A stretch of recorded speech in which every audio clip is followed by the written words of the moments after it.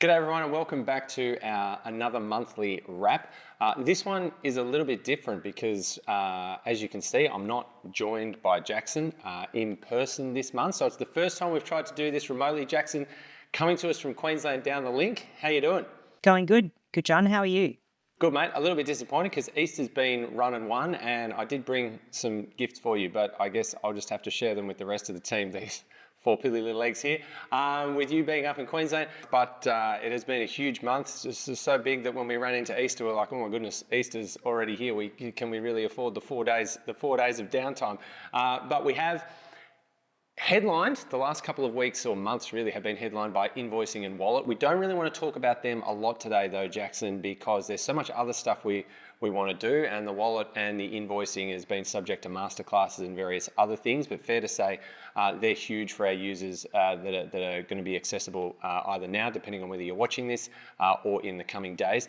So today I want to start us focusing on sort of the smaller improvements that we've been doing across the system, because there's been an awful lot of them.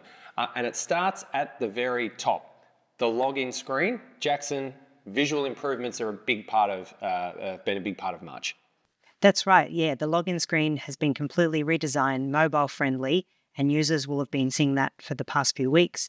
But once inside SwiftFox, they will begin to start seeing some of the features being rolled out as part of Project Ignite. Project Ignite is all about making SwiftFox look brand new, fresh coat of paint, redesigned for the future. They will be seeing profile screens getting redesigned. They'll be seeing tables on people's profiles as well, and throughout emails and lists and events, all of those pages getting redesigned and a nice new look. It's a really beautiful interface that we're moving towards, Project Ignite, which we've shared over the journey over the last 12 months, little incremental steps from our design team. That now being rolled out just gives a whole new experience when utilizing SwiftFox. Speaking though of the experience, one of the things Project Ignite is touching is lists. There's been an awful lot of work done on lists and new enhanced features in lists over the last month. List Builder is such a center point of what SwiftFox is, and so we've been able to put out some massive improvements to List Builder during March. So first off the bat, we had being able to search on posts. So all of those posts that people have been creating over the years can now be searched very specifically of their custom fields and their data. We've also got the ability to search on forms and survey results. So all of those forms and surveys that have been filled in, all of those questions and answers can now be searched through from List Builder. But the biggest change we've actually brought through is now being able to have a new mode of List Builder and making a list of roles. So SwiftFox from the very beginning has been about making relationships between people and organizations. We can now have a list of those relationships and being able to see all of the roles that people have, being able to filter on those roles, and even save them as an action center. So it's really the first time that List Builder will be able to show you the same person appear in the results multiple times based on the roles with which you have searched for. When it comes to our contacts, one of the big focuses for the last 12 months has been on case management and being able to attach case workloads to contacts as well. There's been a lot of work done on the feature itself. Now there's been work done on visualizing all of your case management, all of the case management work that our users are doing. That's right. Yeah, we've got a number of default dashboards that all of our customers have, seeing calls, seeing emails, seeing events. We're adding one to the list now on case management.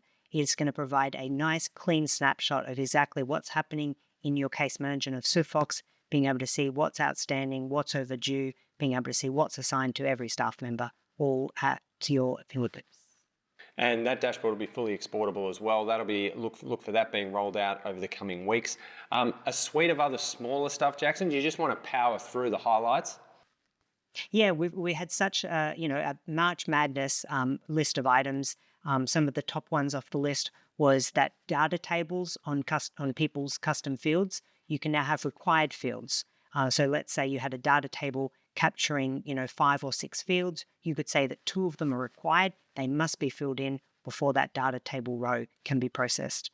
Another one on the security front, all of our users can have multi-factor authentication enabled for their login to SwiftFox.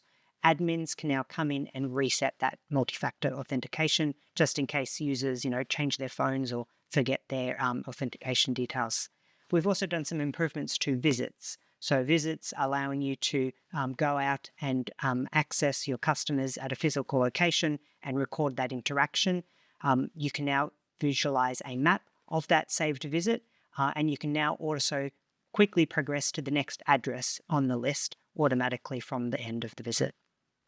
Yeah, looking forward. We're getting some really good feedback from visits, those that have been using it. We are continuing to look to enhance the workflow of that. So when you're out on the road doing these visits, it just gets easier and easier and easier. We'll have more to say on that through April as well.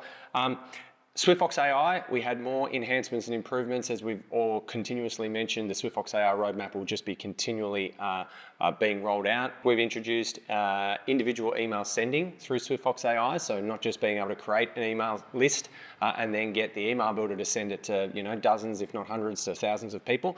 You can now send individual emails right from the SwiftFox AI search bar there too. One of the other ones, project tables are now viewable in the login portal, so you can have a project table that you create and then you could put that into your login portal to allow your members or whoever uses the login portal, your contacts, to be able to then view and potentially update and edit some of the results in the project table. But there'll be a masterclass coming out on that through April as well to keep an eye out from. Speaking of April, now we're going to turn our mind to April.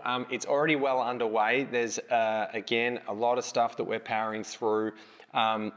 Probably contact preferences is the one we want to touch on the most. So we obviously have ways where you can do so much engagement with your contacts through SwiftFox, whether it be text calls, emails and the like. Contact preferences, how you manage do not contact, we're making that much more detailed than it currently is.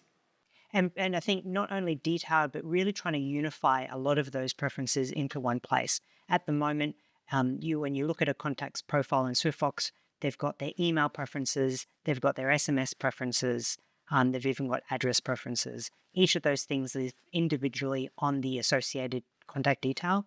We're going to bring all of those things together so you can see from a bird's eye view what are all of the preferences of your contact.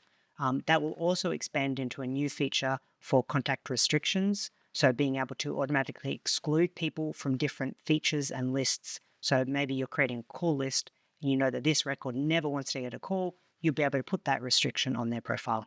So that's definitely one to look out for. There's also going to be a suite of work continuing on with forms to make our donation forms and just general forms a lot better. There's some work going on there that we'll be really looking forward to bringing you throughout April and into May.